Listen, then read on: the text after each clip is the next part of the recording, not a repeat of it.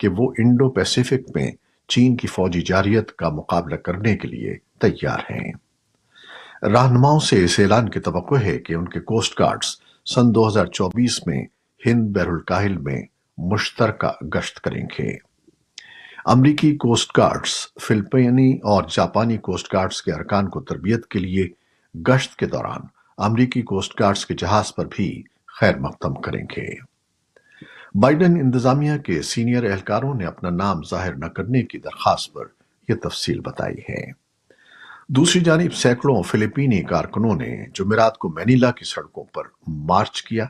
وہ Washington D C میں منعقد ہونے والے امریکہ، فلپائن اور جاپان کے درمیان سے فریقی سربراہی اجلاس کے خلاف احتجاج کر رہے تھے۔ امریکہ اور جاپان نے دفاعی تعلقات کو فروغ دینے پر اتفاق کیا ہے، جسے صدر بائیڈن نے سب سے اہم اپ گریڈ قرار دیا ہے۔ صدر بائیڈن اور وزیر اعظم کشیدا نے بدھ کے روز ایک مشترکہ بیان جاری کیا، جس میں خلا سے لے کر سیمی کنڈکٹرز تک کے شعبوں میں تعاون کا احاطہ کیا گیا، لیکن دستاویز کا بنیادی حصہ دفاع تھا۔ دونوں رہنماؤں نے کہا کہ امریکہ جاپان تعاون کے نئے دور کا مقصد ایک مضبوط چین کا بہتر مقابلہ کرنا ہے۔ صدر جو بائیڈن نے حماس کے عسکریت پسندوں پر زور دیا ہے کہ وہ کچھ یرغمالیوں کی رہائی کے بدلے غزہ میں عارضی جنگ بندی کی تازہ ترین تجویز کو قبول کر لے۔ صدر بائیڈن نے کہا کہ وہ اسرائیلی وزیر اعظم بنیامن نیتن یاہو کو دو ٹوک اور سیدھے الفاظ میں غزہ میں مزید امداد کی اجازت دینے کی ضرورت پر زور دیتے ہیں۔ خبر رساں ادارے رائٹرز نے اطلاع دی ہے کہ حماس کے رہنما اسماعیل ہانیہ کے 3 بیٹے بدھ کو غزہ کی پٹی میں اسرائیلی فضائی حملے میں مارے گئے ہیں۔ فوج نے حملے کی تصدیق کرتے ہوئے تینوں بیٹوں کے لیے کہا ہے کہ وہ حماس کے مسلح ونگ کے رکن تھے۔ حماس میڈیا نے بتایا کہ اس حملے میں ہانیہ کے 3 پوتے بھی مارے گئے ہیں اور 1 زخمی ہوا ہے۔ اسرائیلی فوج کے بیان میں فضائی حملے میں کسی اور ہلاکت کے بارے میں کوئی ذکر نہیں کیا گیا۔ غزہ میں جمعرات کو پیراشوٹ کے ذریعے امداد کی ترسیل جاری رہی، جبکہ غزہ کی پٹی کے دیگر مقامات پر دھواں اٹھتا دیکھا گیا۔ اسرائیل نے امریکہ سے وعدہ کیا تھا کہ وہ جنگ کے لیے امریکی حمایت کے بدلے ڈرامائی طور پر غزہ کی امداد میں اضافہ کرے گا، تاہم اقوام متحدہ کے کارکنوں کا کہنا ہے کہ امداد میں صرف معمولی اضافہ ہوا ہے۔ بدھ کے روز صدر جو بائیڈن نے کہا کہ ایسا کرنے کے لیے اسرائیلی کوششیں کافی نہیں ہیں۔ جرمن ایئر لائن لفٹہانزا نے جمعرات کو تہران کے لیے اپنی پروازوں کی معطلی میں توسیع کر دی ہے۔ ایئر لائن نے مشرق وسطی کی صورتحال کی وجہ سے یہ قدم اٹھایا ہے۔ شام میں ایران کے سفارت خانے پر مشتبہ اسرائیلی فضائی حملے کے لیے ایران نے جوابی کارروائی کا انتباہ کیے رکھا ہے۔ امریکی ریاست پینسلوینیا کے شہر فلاڈیلفیا میں 2 گروپوں کے درمیان فائرنگ کے تبادلے میں 3 افراد زخمی ہو گئے ہیں۔ شہر کے پولیس کمشنر کیون جی بیتھل کے مطابق بدھ کو عید کے موقع پر مسلمانوں کے ایک اجتماع کے قریب 2 حریف گروپوں کے درمیان فائرنگ کے تبادلے میں 3 افراد کے زخمی ہونے کے بعد پولیس نے 5 افراد کو گرفتار کر لیا ہے۔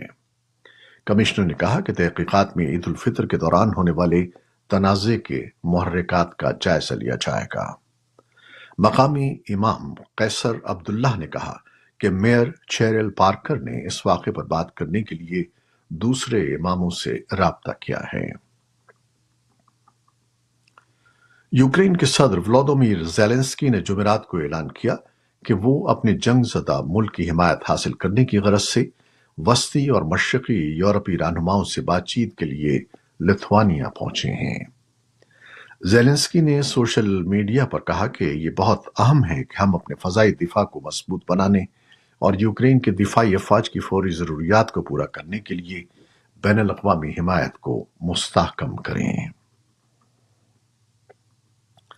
صدر ولادیمیر زیلنسکی نے جمعرات کو کہا کہ روس نے یوکرین پر گزشتہ رات 40 سے زیادہ میزائل اور 40 ڈرونز فائر کیے ہیں، جس سے ملکی ڈھانچے کو نقصان پہنچا ہے۔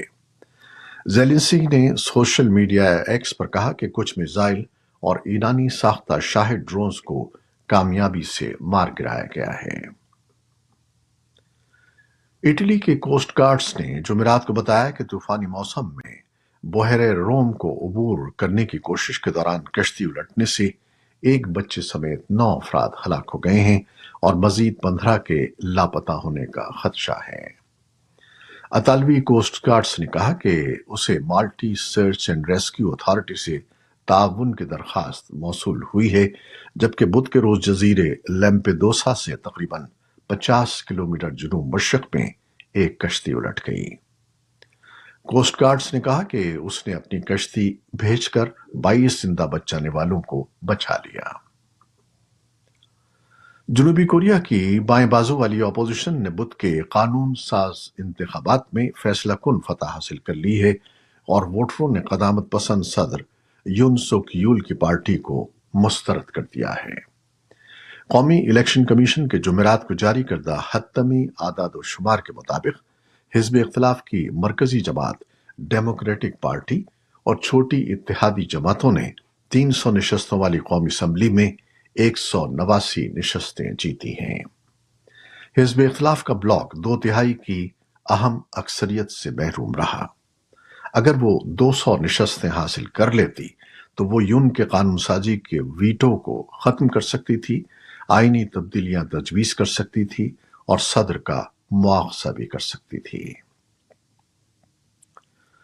روس نے جمعرات کو پہلی بار اپنا انگارا A5 راکٹ ووستو چینی کاسموڈروم سے لانچ کیا ہے۔ تکنیکی خرابیوں کی وجہ سے حکام کو لگاتار 2 دن تک مشن کو بالکل آخری لمحات میں روکنا پڑا۔ روسی خلائی ایجنسی نے کہا کہ پرواز نارمل رہی، تمام نظام معمول کے مطابق کام کر رہا ہے اور چند منٹوں میں راکٹ 25,000 کلومیٹر فی گھنٹے سے زیادہ کی رفتار سے سفر کر کے مدار میں داخل ہو گیا۔ بدھ کو خلائی راکٹ کا ٹیسٹ لانچ انجن کے لانچ کنٹرول سسٹم میں خرابی کی وجہ سے منسوخ کر دیا گیا تھا۔ یہ تھی وہ خبریں جو فیس بک لائیو پر ہم نے آپ کے لیے پیش کی۔ ہماری ویب سائٹ، یوٹیوب اور پوڈ کاسٹ پر یہ بلیٹن آپ کے لیے پوسٹ کر دیا جاتا ہے۔